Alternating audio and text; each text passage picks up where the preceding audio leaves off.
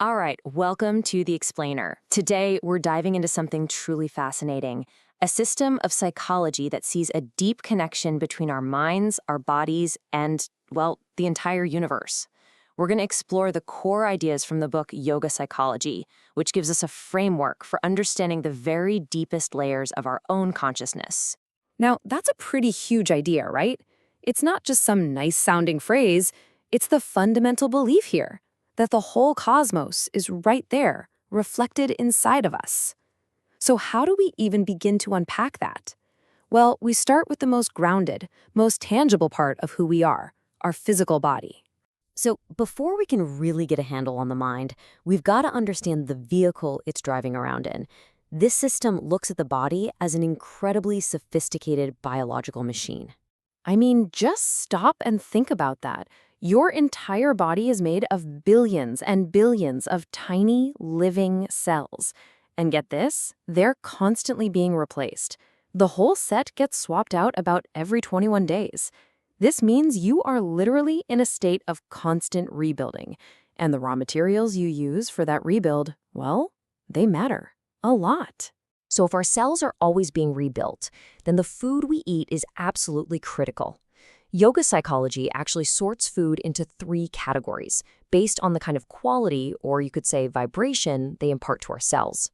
First, you've got sentient or sattvika foods. Think fruits, grains, things that build cells that help with mental clarity. Then there are mutative or rajasika foods, which are kind of neutral for the mind. And finally, static or tamasika foods like meat and onions, which are believed to create a kind of mental sluggishness. And this is where it gets really interesting. This isn't just about being healthy. The idea here is a direct link between what's on your plate and what's in your head. Eating sentient food literally builds a body that's more open to focus, to meditation, to peace. On the flip side, static food builds a body that kind of weighs the mind down, making any kind of spiritual practice feel like a serious uphill battle. It's the whole you are what you eat idea, but taken to a whole other psychic level. Okay, so moving from the physical into the psychic, let's explore the inner world. This is where yoga psychology offers a totally radical view on something we all just take for granted, our memory. You know, we usually think memory is all just happening in our brain cells, right? Like a little filing cabinet inside our skull. But what if that's only a tiny part of the story? What if the brain is more like a radio receiver instead of the broadcast station itself? Now, this system acknowledges what we'd call normal memory. It calls it cerebral memory. This is your everyday stuff, remembering what you had for breakfast, a phone call from yesterday. It all relies on impressions made on your nerve cells. But just like a footprint in the sand, those impressions fade over time. But here's where it takes a massive leap. It proposes that there's another kind of memory, extracerebral memory. This is a deeper archive of experiences from past lives. And this memory isn't stored in our physical brain at all. It's held in what's called the causal mind, the deepest, most subtle layer of who we are. Think of it like a cosmic hard drive that stays with your consciousness from one life to the next. The great poet Rabindranath Tagore put it perfectly with this line, "To remain in oblivion is not to forget completely." The idea is that just because our current brain can't pull up those old files doesn't mean they're not there. They are still shaping our talents, our instincts, our deepest fears, whether we realize it or not.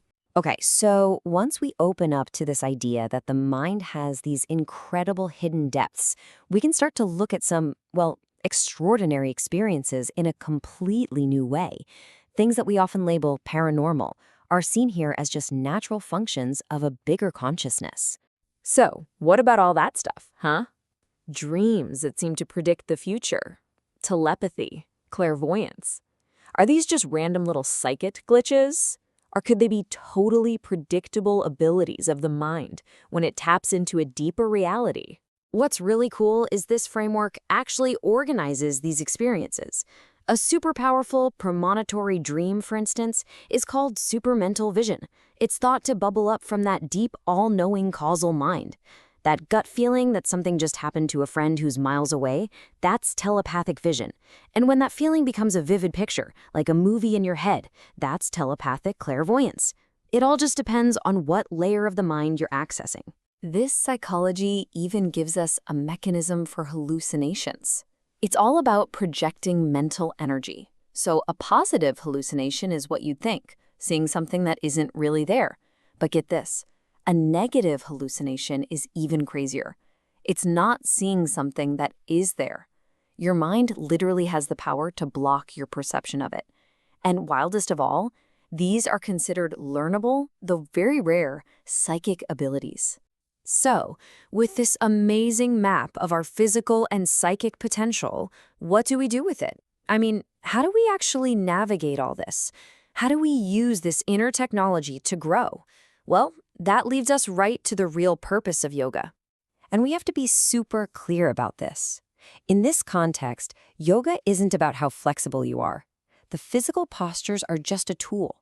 The real goal, the actual definition, is a psycho-spiritual one. It is the process of unifying your small, finite, individual self with the infinite, boundless supreme self. I absolutely love the analogy the book uses here. It says this unification is like dissolving sugar in water. It's not like oil and water where they stay separate. With sugar, you can't find the individual grains anymore. The sugar becomes one with the water. That's the kind of complete merger that yoga is aiming for. So how on earth is that possible? Well, the path involves a conscious transformation. You take all the raw, powerful energy from your basic instincts, desire, fear, attachment, and instead of letting that energy run your life, you consciously redirect the entire flow toward a higher spiritual goal. When you rechannel that psychic energy, it's said to transform, to metamorphose into this incredibly refined quality called devotion. So this entire journey, from the food we eat, through the hidden layers of our minds, and all the way to transforming instinct into devotion, it is all leading to one ultimate destination, a final state of being. The nature of this goal is described so beautifully through these two little paradoxes, these two imperfections. First, the supreme consciousness can't create a second supreme being. Why? Because anyone who merges with it just becomes one with it. Remember the sugar and the water. And second, it cannot hate anyone because everything in creation already exists within its own mind. Hating something would be like hating a part of itself. This ancient verse just sums up the entire cosmic journey. Everything is born out of me. Everything is maintained in me. Everything finally merges in me. I am that Brahma, one without a second. I mean, that's the whole story right there in a few lines. The cycle of all of us emerging from the one, and after our long journey, finally returning home to that state of perfect unity. So in the end, yoga psychology isn't just some abstract theory to think about. It's an instruction manual. It's an invitation. It lays out this vision of human potential that is so much bigger and more profound than we usually imagine. And it leaves us with the ultimate question, a question that only you can answer for yourself.